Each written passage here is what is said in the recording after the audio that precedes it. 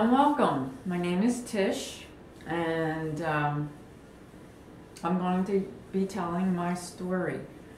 My son introduced me to YouTube, and what a sense of freedom. I mean, I can now talk and say whatever I want. I feel like William Wallace. Do you remember the movie Braveheart? Well, he's on the block and he's going to be separated, and they give him one last chance to give him some mercy, and he doesn't acknowledge that. All he does is shoot out, "Freedom!" And that's how I feel. I'm free. I'm free to do a lot of things.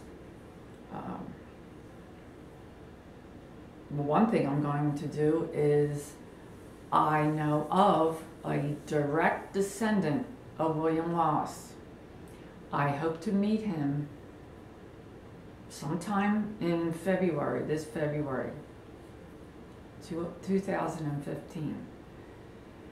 This, from all I can see, this seems like this is a very remarkable man, trying to make a change. And much like his ancestor, really. And so I have this change in my life to be able to express myself. And I thank God for that, for this freedom. And here I go, I'm going to use it. The reason for me doing this is, well, there are several reasons. One is I want to provide a legacy for my children and their children and everyone that comes after that. It's something that I wish was done for me many years ago, but it never was. So hopefully I can start something that everybody will want to do in our family. I want to go back to Europe. I know a lot of things about my ancestors. I can go back 4 generations. I know a lot of things that can help me find out even more. So I'm very interested in doing that for my family.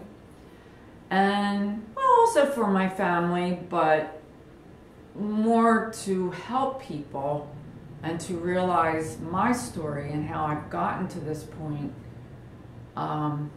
It's quite a story, actually. And my children have been edging me on for years, really, to write my story. Well, I never could get to sitting down and writing my story.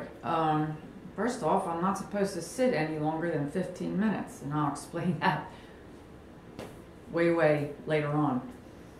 But so I'm going to use YouTube to talk my book. I don't know if anybody else has done this. Maybe I'll be a first. But instead of sitting down and writing my book and going through editors and printing and all that, I decided to do it this way. I never realized I could until my son introduced me to this avenue of freedom. So, of course, I'm dedicating my book to my children. Without them, I wouldn't be doing this. Probably would never even have thought of it. And man, I'm dedicating to the rest of my family members, some of which I will never know. So the title of my book is Daring to Dare. And I've had to dare all my life. It started when I was 2 years old, and I'm still doing it today. 60 years later. 60 years later.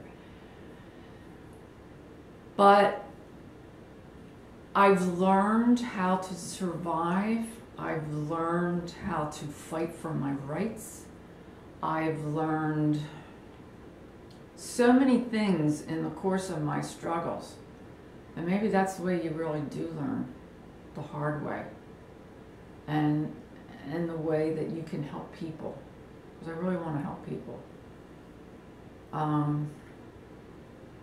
So that's where it starts. 2 years old in a garden. And I can show you the picture It's here. But it's the first time I really realized me. I guess I was pretty because that's all I heard. Oh, you're pretty, you're pretty, you're pretty, you're pretty. Oh, take your coat off so we can see your pretty dress.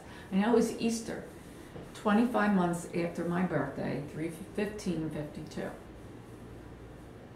So it was April 54.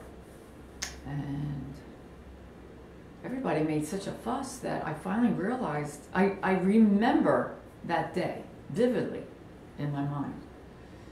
And so I'm going to start my story there with a picture of me, 2 years old. And I'm going to... Oh.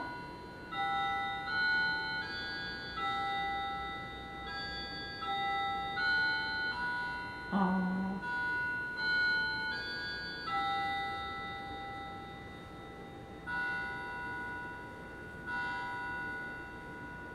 That's my beautiful clock. I just got it fixed.